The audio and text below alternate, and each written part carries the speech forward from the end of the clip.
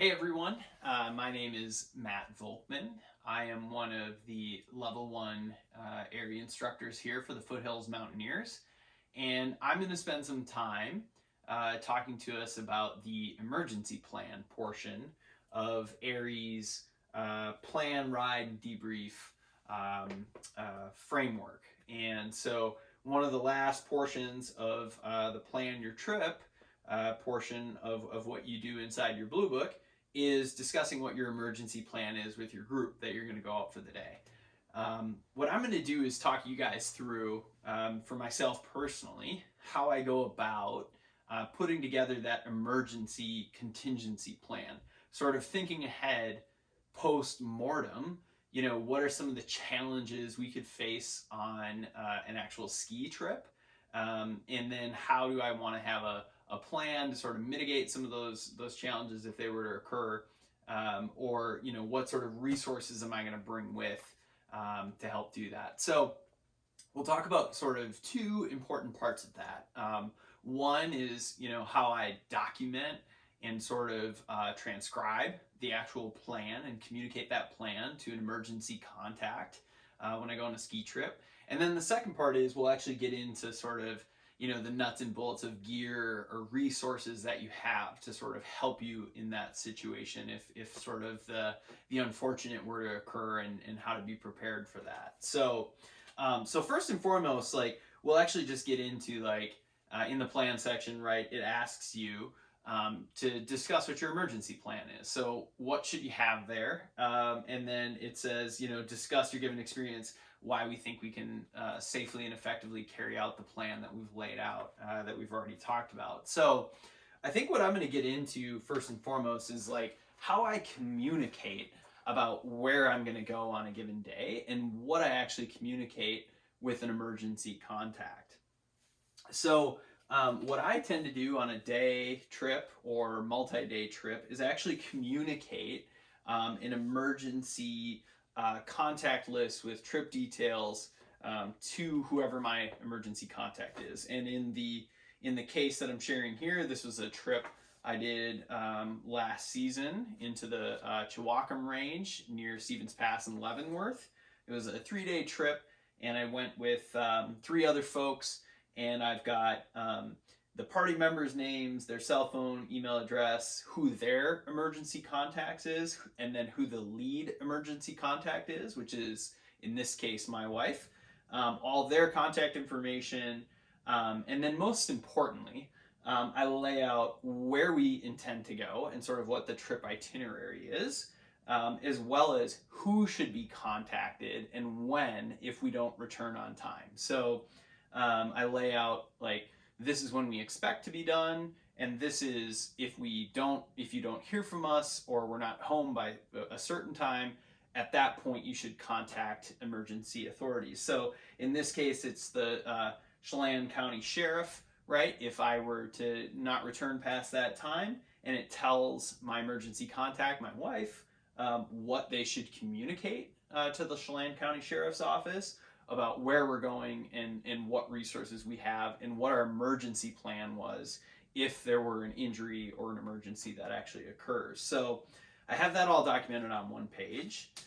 Additionally, within that information, I also have, I actually have our sort of gear list or gear log and resources. So this is all the personal gear that we have with, as well as the group emergency gear, which we'll get into in the backpack here in a little bit, so that my wife could easily communicate to the authorities what does this group actually have if they are facing an emergency, which, since they haven't gotten back by the time I've pointed out, what they have to sort of help themselves in that situation. Additionally, in that information, flip the right page here, I also share what our actual trip itinerary was, broken down by days. So day 1, day 2, day 3, sort of where we expected to be within the terrain, and sort of where some of the challenges are in the terrain or the biggest concerns for the day. This is all information, again, that my wife could communicate to the authorities to let them know if we're having a problem. So in addition to that, this I share with my wife. I also normally share a topographic map that I got from CalTopo or Gaia. I just print them off of what our planned route is, which we, again, since we planned what our route would be, this is where we intend to be. That she can also share with the authorities to let them know this is the planned route they were going to follow. And all of this, like, I leave printed copies with her, but I also email it to her to make it very easy for her to communicate to the sheriff's office or National Forest Service ranger to let them know, right? These are the materials my husband gave me as to where he and his group would be, and I have not heard from them, right? So this is all about having that tight plan to let people know where you were. And I do this as well, even when I go on day trips in very common terrain that I'm familiar with. I'll share sort of like a quick map of where we're going to go, who's in the group, you know, what are my general day resources that I have with me in my pack or with my group, so that my wife could share that if anything were to happen. That's really valuable information if something were to go down. I want to make a couple quick notes too about how I actually record some of this information and a few other resources that I carry with me. So, you know, you guys will have your blue book, and I have my blue book. This is just an extra one, but I have my blue book actually inside this yellow jacket that you see here. And one of the things I actually carry inside of there that we'll share with all the course participants is a list for all of the counties in Washington, what their sheriff's office emergency number is, especially in Western Washington where I normally ski, as well as ski patrol at the ski areas near where I commonly ski, whether that's Alpental or Crystal, Mount Rainier, Mount Baker ski area, the common access points throughout the winter. I have all that information shared here, as well as the National Forest Service or State Forest Service ranger offices and all that information. I actually carry that with me in my actual personal blue book here. The other things that I carry in here as well, like I do have some, you know, we call them sort of guide cards, but information about first aid, you know, how to enact a helicopter rescue or prepare for one if one were to occur. I do carry all that information in there. Now, some of that is definitely high level and not a requirement that you carry all that information, but it's what I carry as an experienced backcountry skier to be prepared if an emergency were to occur. I also, in my blue book, list out on the front page all of my personal details, as well as my emergency contact, which is my wife, and all of her contact information and personal details as well, so they can get a hold of me if they were to find my backpack or my person. You know, my blue book is always with me, so they can find that. So that is how I document the plan for when there is an emergency, the information I compile so people know where I am, right? The other thing that your blue book certainly asks you to do is, like, you know, detail, you know, why you feel you're capable or able to be able to to complete the plan that you've outlined above. And I think there's a couple important things for you to consider, right?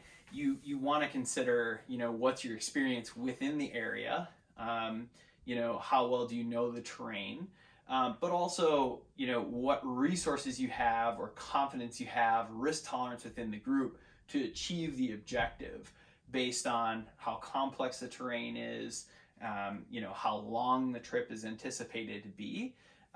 You know, those are great details for you to lay out in the emergency plan as well, your understanding of the actual terrain that you go into. And all of that information helps you complete what your actual emergency plan should be in the plan section of your blue book.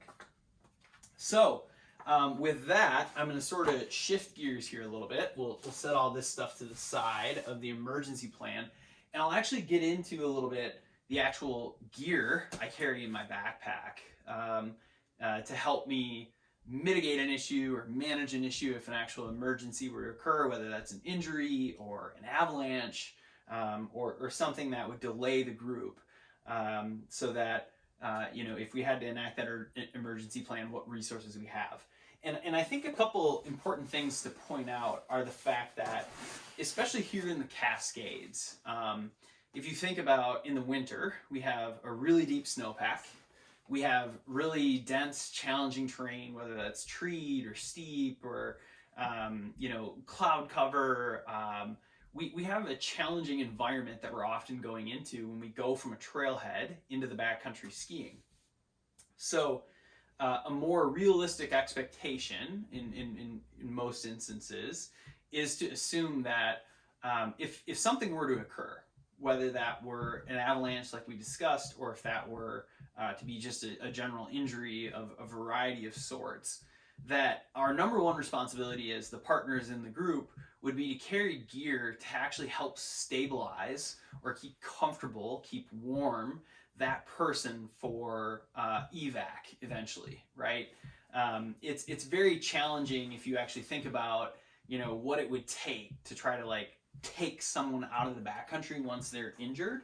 So I actually focus most of my personal rescue equipment very much around trying to be able to sustain and stabilize a person over a long period of time in the backcountry where it is cold and you're on the snow and you're in a diverse environment, more so than I do hoping that I can exfil someone on a helicopter 10 minutes after an injury occurs. And I think those are realistic expectations that you want to understand and have with your group before you continue on into the backcountry, or put yourself in a situation where you're unaware of what the possibilities are that you could run into, right? So I think first and foremost, what we'll do is I'll crack open my backpack, and I'll sort of talk about things in two stages, right? There's sort of, the traditional backcountry skiing emergency avalanche equipment that you'd have with you. And then we'll get into more of like the 10 essential, Mountaineers 10 essential things that you have with to help sustain you or your party if something were to happen. So we'll crack in, and first and foremost, I want to point out this is just my normal 35-liter ski backpack. It's not big, it's not super heavy or anything either, but I've got all this stuff in here. So it's just to point out that like it is possible to carry this gear. It's not just an aberration that I'm showing this. And it is very much so, a maximum loadout that I carry. Some of these items I would maybe strip out or take away based on the trip I'm going on. If it's closer or terrain I'm really familiar with and I sort of know what the rescue outcome would be if we were trapped in a certain spot. So again, all of that's based on my experience, knowing terrain and having skied quite a bit. But the hope is that what I show you here is sort of, if I have all this stuff split amongst my group, I've got a lot of resources to help me sort of sustain and stabilize someone if something were to occur. So that's sort of what I'm going with here. So first and foremost, we'll crack this open. And we'll pull out the stuff that we should all be somewhat familiar with for taking an Area 1 course, right? And first and foremost, we've got a good avalanche shovel here. So this is my shovel from BCA. This is a really nice backcountry shovel that served me well for both rescue purposes, digging pits, all of the above. I always say the good marker of a shovel is if you spent $50 or more, you probably have a good shovel. If you spent less than $50, you should probably check with someone who knows if you actually have a shovel that's applicable. Again, just remember, this is to help you dig out your friend, right? This is an investment in the people you go touring with. And I always like to see that my partners have a great shovel with them should they have to dig something out. So we'll set that off to the side. We also have, obviously, our probe, right? So I have a nice long 300 centimeter plus probe here for our deep snow in the Cascades. And then, of course, normally this would be on me, right? Whether it's on my chest or in one of my pockets. But this is my backcountry skiing beacon. I've got this Black Diamond Peeps model that works really well for me. So that would be another part of my avalanche rescue kit. And then sort of moving into like the other equipment I would have as part of my skiing objective. When I backcountry ski, I generally speaking carry a helmet. So I have a lightweight backcountry skiing helmet here. This one's made by Movement. Lightweight. I actually have my goggles tucked in there as well. And I carry that with me. Again, the thought being, right, like you want to protect your head when you're miles from a trailhead, because if someone hits their head, right, that could be a really serious issue, and that could happen very easily given our deep snowpack, a lot of the trees we have in the terrain, whatever that might be. So I generally ski with a backcountry skiing helmet. Additionally, some other things I may have with me is my backcountry snow saw. So, this might be used for a pit if I'm digging a pit and doing certain small or large column tests or extended column tests. But it serves dual purposes, right? So it could help me with a pit, but it could also certainly serve as something to cut boughs off a tree to put under someone if they were injured. Or to cut down firewood if that were the instance where I was going to make a fire for someone who needs to stay overnight because it's cold and they're injured. So multi-purpose, great tool, very lightweight. I always have that with me generally. And then depending on the terrain I'm in and what the objective is for the day, I might have a lightweight ice axe with if I'm going to be climbing up some steep terrain. And I may also have with, well, actually, almost always I have with me, actually the lightweight crampons and my ski crampons, which I keep in this nice little Petzl bag. But my experience has been in the Cascades, you kind of don't know the snow until you know and you're in it. So I always carry my ski crampons and my boot crampons, should I need them, to just get up some challenging terrain, if I were to ski into something that has challenging terrain to get out and I didn't realize it or wasn't aware, but I've just found it's good for me to carry those with. From there, I'm going to actually get into sort of warm layers for a second. I think this is a good thing to like sort of pause on and have a discussion about. I actually carry two puffies, if you will, with me when I'm in the backcountry. So when I'm normally traveling, just sort of, skinning up and skiing down, when I get to the top, I might be a little cold and want to put a layer on. I have sort of like a lightweight puffy. This is a synthetic one from Outdoor Research that I carry. But I keep that one sort of like loose and free in my pack, like kind of a one that I use is how I look at it, because it's enough to keep some warmth in, but it's not a super heavy one that, is for emergencies.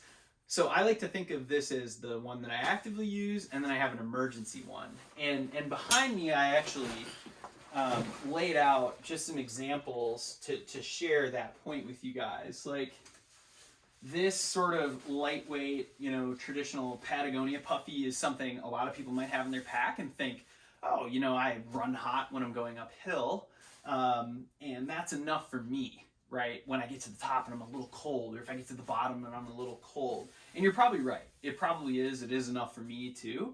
But what it's not enough for is if you have to stay out overnight because someone's injured or that person's injured and you need to give them some extra, insulation to keep them warm, this isn't enough, right?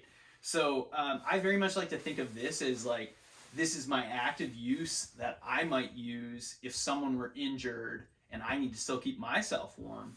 But subsequently, and I'll show you in my pack, I actually always carry a heavyweight, more parka, either down or synthetic jacket in a waterproof stuff sack that can be used if we need to stay overnight and we're going to be extended. Because this is truly quite thick, could hold in a lot of body heat, could really help sustain you. And I think is far more important that you have something like this with you to actually help than just having a small, lightweight, sort of regular weight puffy with you. So if you had to just get one thing, which I know, backcountry skiing is really expensive, there's a lot of gear you have to buy, get yourself a warm puffy. It's probably only an extra $50 or $100, but it's far more effective than just a regular lightweight one. So I just wanted to address that quick because I think that's an important thing to understand in terms of when you get caught out. Some other things that I'm going to obviously have with me when I'm ski touring, right, is I'm going to have some water with me or maybe a thermos. So I normally never need more than 1 liter of water during the winter. I also have my food bag, and in there I'm going to have various snacks that are easy throughout the day. But I also have sort of more snacks, more food in here than what I need for the day. Which, if you wanted to go fast and light, of course you could carry less, right? But if you were to get stuck out, if you were really to have to spend some time in terrain while you're waiting for a rescue for someone, it's really good to have some extra food, and it's absolutely one of the 10 essentials the Mountaineers lays out, and I highly encourage, carry a little more than you need, because you never know if you get stuck. So I carry that with me as well. As I move into more of the rescue gear, I'll stop for a second and talk about communication. So I carry, and I encourage all my ski partners to carry, just a regular FRS radio. So this is one from BCA that I use that has a body and a microphone that fits in my pack, which is nice. But to be able to communicate while we're actually skiing down, right? And the simple example I like to point out about why those are so valuable is, if you're skiing down through some trees, if someone were to go into a tree well and you continue skiing below them, right, and you're trying to radio them and say, hey, how are you doing, buddy? And they're in a tree well and you don't hear from them, right? How long would it take you to figure that out to be able to skin back uphill and actually go extricate them, right? So it's just a good way to communicate, check in with people periodically.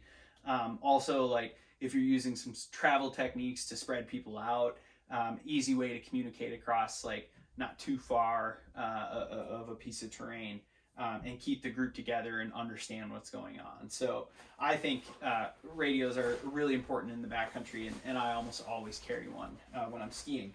Other things that I carry from a communication perspective, I carry a DeLorme InReach. So this is, the proverbial SOS button, right? If there were to actually be an emergency and something were to happen. And I think an important thing to mention with these, right, is do the rest of your partners understand how to use it, right? It's actually pretty simple to hit the SOS button on this one, but there are some steps to it. So it's probably important that you familiarize your group with how to use it and you understand who in the group has one.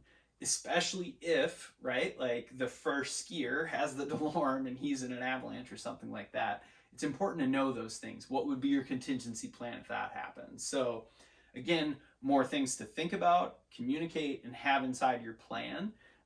But I do carry a DeLorme. Again, it's not a requirement, but it's one of those things that I carry personally as some insurance for the group to be able to notify authorities if something were going on.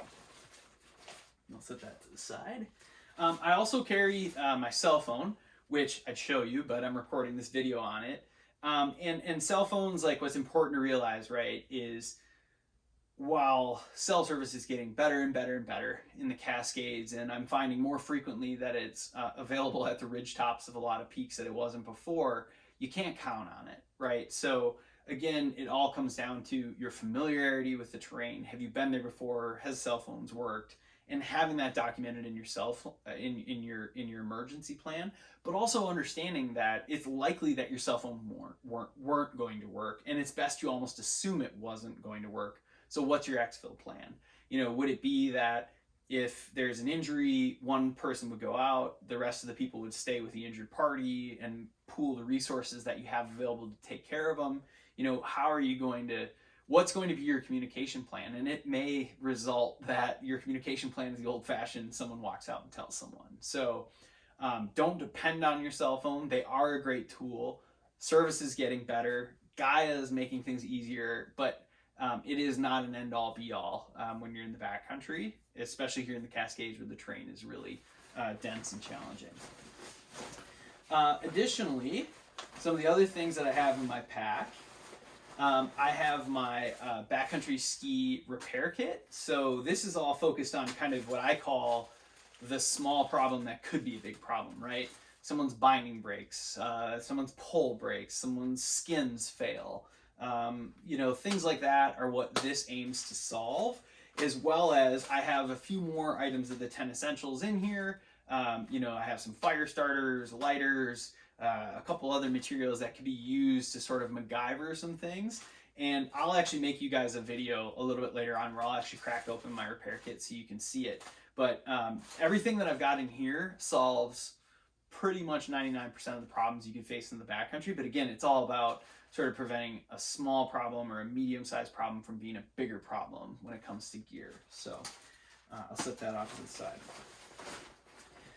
Thinking more, again, like very much like rescue-focused material, I carry, this is a guides tarp that also doubles as a rescue sled.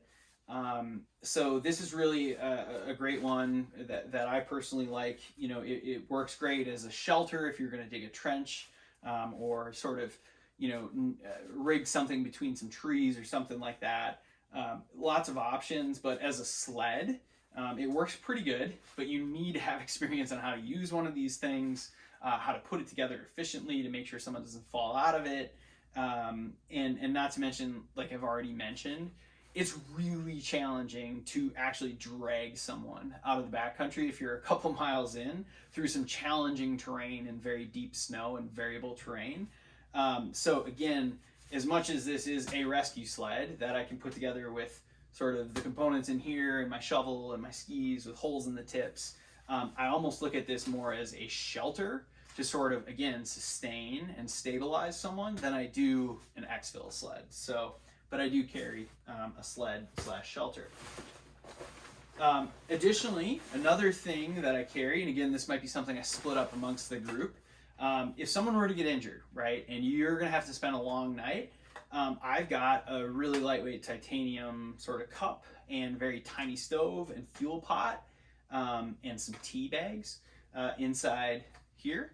So that could really help out if someone were injured, and we've got to try to keep them warm, or we're running out of water because it gets cold. Here's a way for me to be able to create some water to get myself through a night. And it's pretty lightweight. Like, this isn't a lot of weight, but could solve a lot of big problems. As I continue going, I ran into my sunglasses. I think those are important. You know, it could be a cloudy day that becomes sunny. I always carry sunglasses when I go backcountry skiing. I'll leave it at that. It's like sunscreen.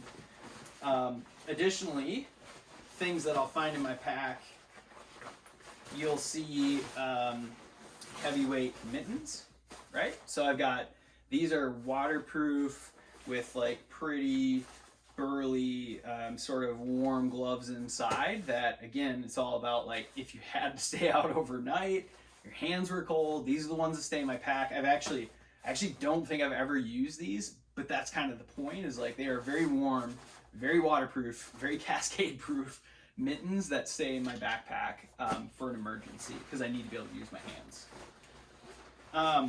I also carry a couple lengths of cord here and a couple carabiners. Again, this is part of my rescue sled system to rig all that up. I'm not going to show you guys all of that, but a wise instructor here for the Foothills Mountaineers, who you'll probably get to know in this course, once told me a lot of cord goes a long way, or a little cord goes a long way, and I agree with him. It's just a great way to create a lot of different solutions in the backcountry, along with a couple good carabiners, whether that's a splint or helping assemble your rescue sled.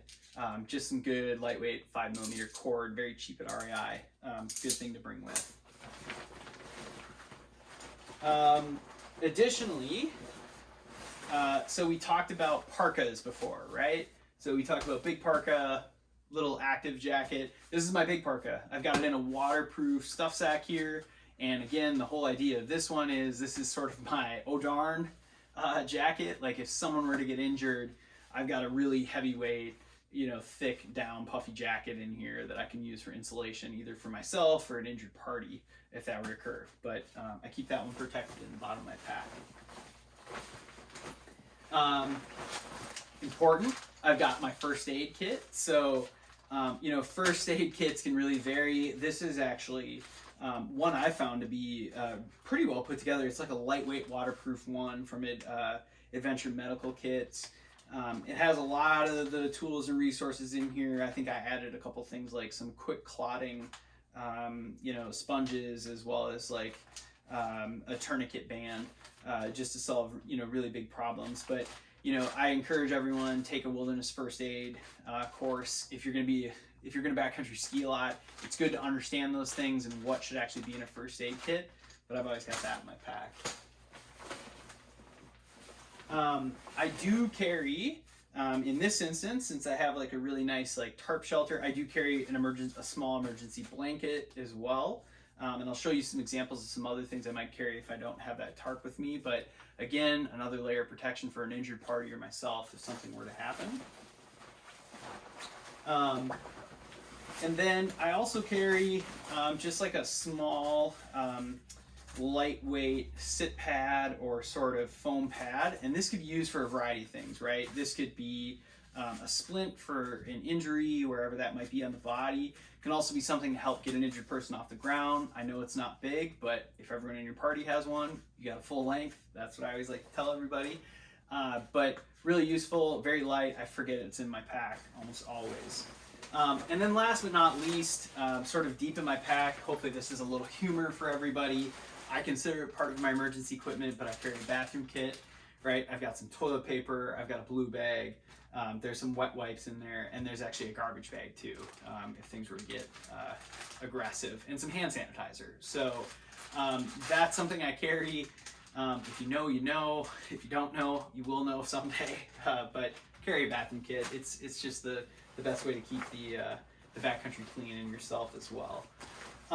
The last thing that I'll show you guys that I have in here, so I do carry a light for overnight use. I carry that up in one of my pockets, and I do carry a map of the area I'm going to ski and an actual compass, and I know how to use them.